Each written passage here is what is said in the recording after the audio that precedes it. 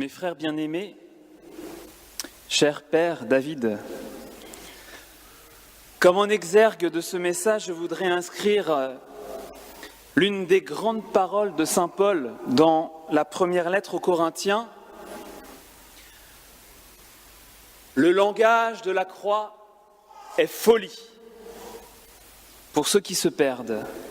Mais pour ceux qui se sauvent, pour nous, dit l'apôtre, pour toi, David, il est sagesse de Dieu et puissance de Dieu. Je trouve qu'il est devenu très difficile de parler en vérité de la croix et donc du sacerdoce, même dans l'Église, parce qu'il est devenu ardu de parler de la souffrance. Jean-Paul II disait que la souffrance, poids qui pèse inévitablement sur l'existence humaine, mais aussi possibilité de croissance personnelle, est désormais censurée, rejetée comme inutile et même combattue comme le mal par excellence, un mal à éviter toujours et à n'importe quel prix. Lorsqu'on ne peut pas la surmonter et que la perspective du bien-être disparaît, il semble alors que la vie ait perdu tout son sens.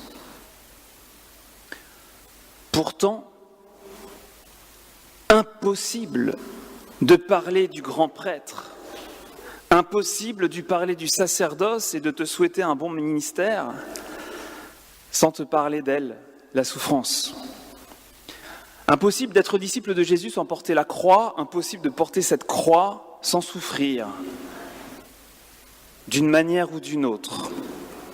Jésus, notre grand prêtre, que tu as choisi de laisser t'envahir, de laisser vivre en toi toute sa vie, tout au long de ta vie,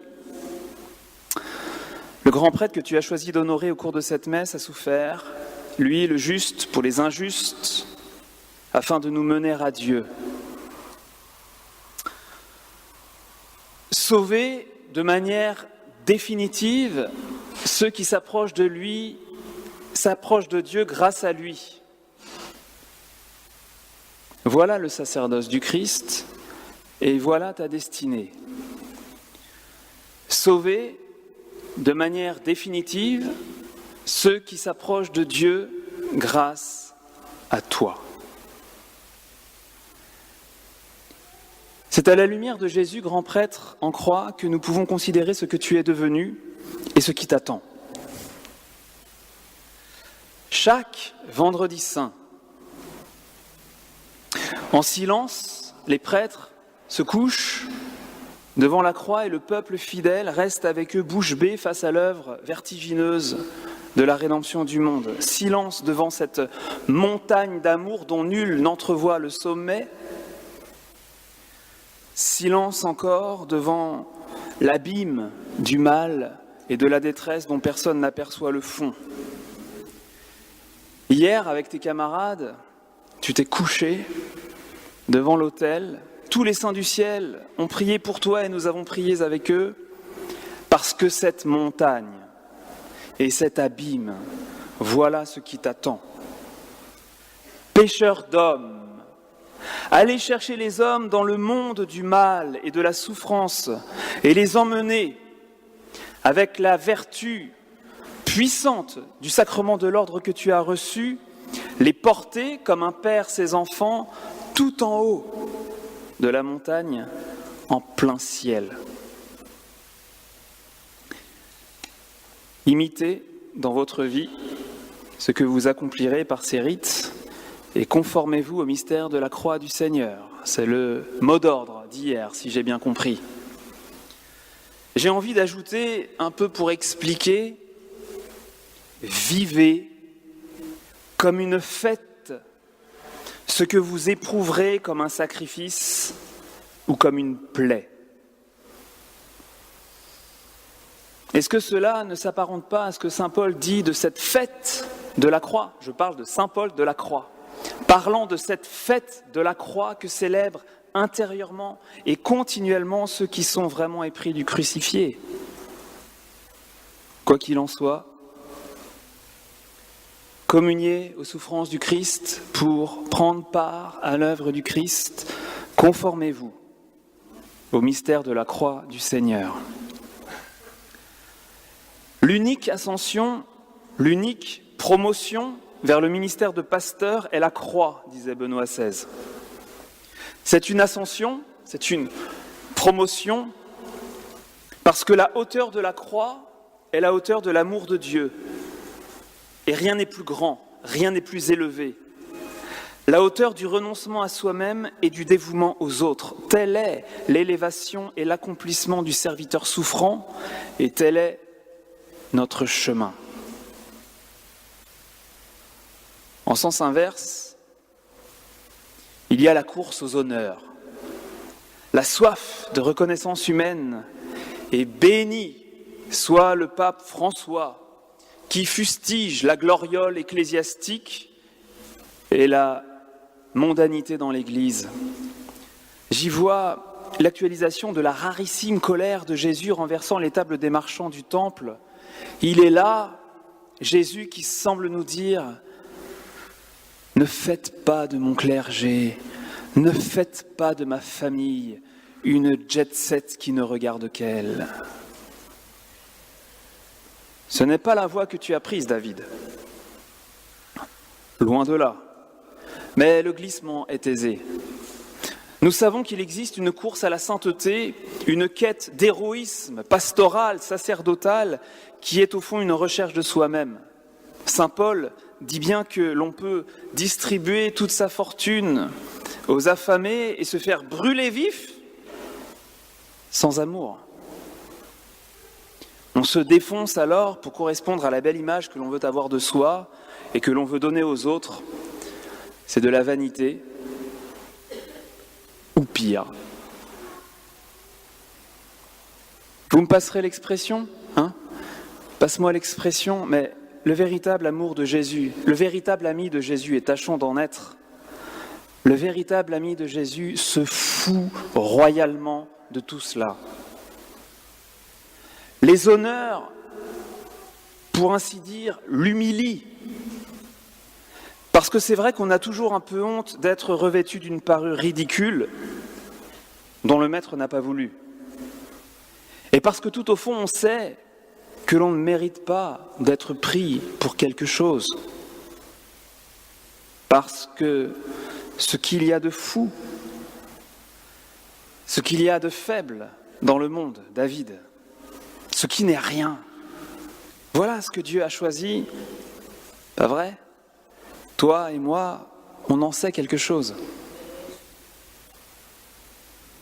L'amitié avec Jésus, voilà tout ce qui compte.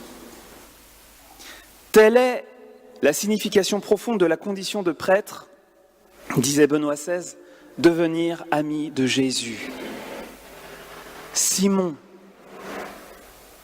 fils de Jean, m'aimes-tu plus que ceci ? David, mon cher fils, mon prêtre, m'aimes-tu ? Voilà l'unique question, voilà la grande, grande affaire. Et à ce propos, je voudrais m'arrêter quelques instants sur 2 versets de l'Évangile de Luc que nous venons d'entendre. Quand l'heure fut venue, Jésus prit place à table et les apôtres avec lui. Il leur dit : « J'ai désiré d'un grand désir manger cette Pâque avec vous avant de souffrir. » Nous avons là affaire à des apôtres, c'est-à-dire à des envoyés. Mais pour commencer, ces envoyés ne vont nulle part. Ils sont avec Jésus, qui ne leur cache pas son amour et qui s'apprête à leur livrer, sous les voiles de l'Eucharistie, sa passion, c'est-à-dire son amour méprisé. Saint Thomas d'Aquin, je sais que tu l'aimes énormément, enseigne que le Christ voulait que l'immensité de son amour se grave plus profondément dans le cœur des fidèles, qu'il voulait que l'on célèbre la mémoire de cet amour insurpassable qu'il montra dans sa passion. C'est pourquoi, à la dernière scène, il institua ce sacrement comme le mémorial perpétuel de sa passion, le plus grand de tous ses miracles. Être apôtre, ce sera toujours partir de ce centre, partir de Jésus pour atteindre les autres, descendre du sommet de la montagne jusqu'au fond de l'abîme, aller, après avoir vu, entendu, touché, contemplé l'amour en chair et en os, le bien-aimé, ton bien-aimé, avec lequel nous étions attablés, auprès duquel nous goûtions les joies de cette forme divine de convivialité qu'est la prière et qu'est la messe. Notre célibat, si précieux à tes yeux, à nos yeux, clame silencieusement ce primat absolu de Jésus et de son amour. La plupart du temps, les gens pensent que c'est pour nous rendre disponibles. Mais non. C'est la marque de l'impact colossal de l'amour du Christ sur notre cœur. Eh bien, sans vie d'oraison, sans une intense vie eucharistique, le célibat des prêtres deviendrait une sorte d'aberration qui ne devrait jamais être. Et c'est lorsque l'on se prive des tendresses eucharistiques de Jésus, ou lorsque l'on prive Jésus de nos tendresses eucharistiques, que le célibat sacerdotal devient insoutenable. En tout cas, je le crois. C'est l'amour du Christ, mon frère, l'amour du Christ qui surpasse toute connaissance, qui te rendra inébranlable, invincible, bien que tu demeures faible. Je t'aime, Seigneur, ma force, disent les psaumes. Seigneur, mon roc, ma forteresse, Dieu mon libérateur, le rocher qui m'abrite, mon bouclier, mon fort, mon arme de victoire. Accroche-toi à l'amour inconditionnel du Christ, à cette incompréhensible élection dont tu as été l'objet. Tu as été choisi, David. Choisi et donc aimé. Ne te décourage pas. Ne désespère jamais. Avance dans la confiance. Marche sur tes misères comme on marche sur l'eau. Les yeux fixés sur Jésus qui t'appelle aujourd'hui. Sois sans crainte. Aie seulement la foi. La foi, tu en auras besoin. Car tu vas bientôt rencontrer quelqu'un, tu vas bientôt rencontrer le prêtre que tu n'es pas et découvrir le prêtre que tu es. Probablement très différent de l'impossible saint de tes rêves. Il est difficile de tout donner, de tout perdre. Difficile de tout laisser comme des balayures pour cette supériorité de la connaissance du Christ. Difficile de porter la croix pour eux tous. Et le démon ne sera jamais très loin en cas d'échec, en cas de chute, de faute, d'erreur, d'oubli, pour te faire sombrer plus bas encore dans une tristesse qui n'a pas de nom. L'antidote est toute puissante. Mais il n'y en a qu'une. Faire au Seigneur une confiance qui soit vraiment infinie. Confiance infinie que seule maman, Marie saura t'obtenir et qu'elle déversera en toi, je crois, dans la mesure où tu la laisseras t'aimer de son amour incommensurable. Dans les écrits du cardinal Journet, j'ai trouvé des perles. Regarde. Ce n'est pas la profondeur de notre misère qui compte, mais la profondeur de notre espérance. Notre certitude de la tendresse de l'amour de Dieu pour nous à tout instant. Je me rappelle la parole qu'avait dite un Chartreux. Si vous croyez vraiment à l'amour de Dieu pour vous, Mais c'est ici que viennent toujours les hésitations, car on connaît trop sa misère. Si vous croyez vraiment à l'amour de Dieu pour vous, tu seras un saint.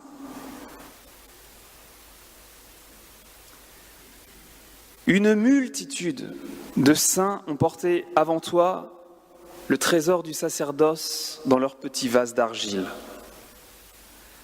Dans leur humanité fragile, on voit encore luire la beauté incroyable du sacerdoce, un peu comme on voit le cœur de Jésus qui rougeoie au centre de la croix. Encore de toi à ces hommes du ciel, ils te tireront vers le haut, comme nul autre, ils t'aideront sans bruit et sans compter. Voilà mon cher David, sur la montagne et dans l'abîme, confiance. Tu connaîtras la souffrance, tu connaîtras encore les combats. Ce sera comme le feu du fondeur qui siège pour purifier les fils de Lévi, comme dit le prophète. Ce feu affinera ton cœur, ce feu purifiera ton amour pour que tu participes vraiment, pour que tu communies pleinement à l'offrande du grand prêtre, l'unique sacrifice du Christ, sauveur du monde. À présent, réjouis-toi, car ton nom est inscrit dans les cieux. Amen.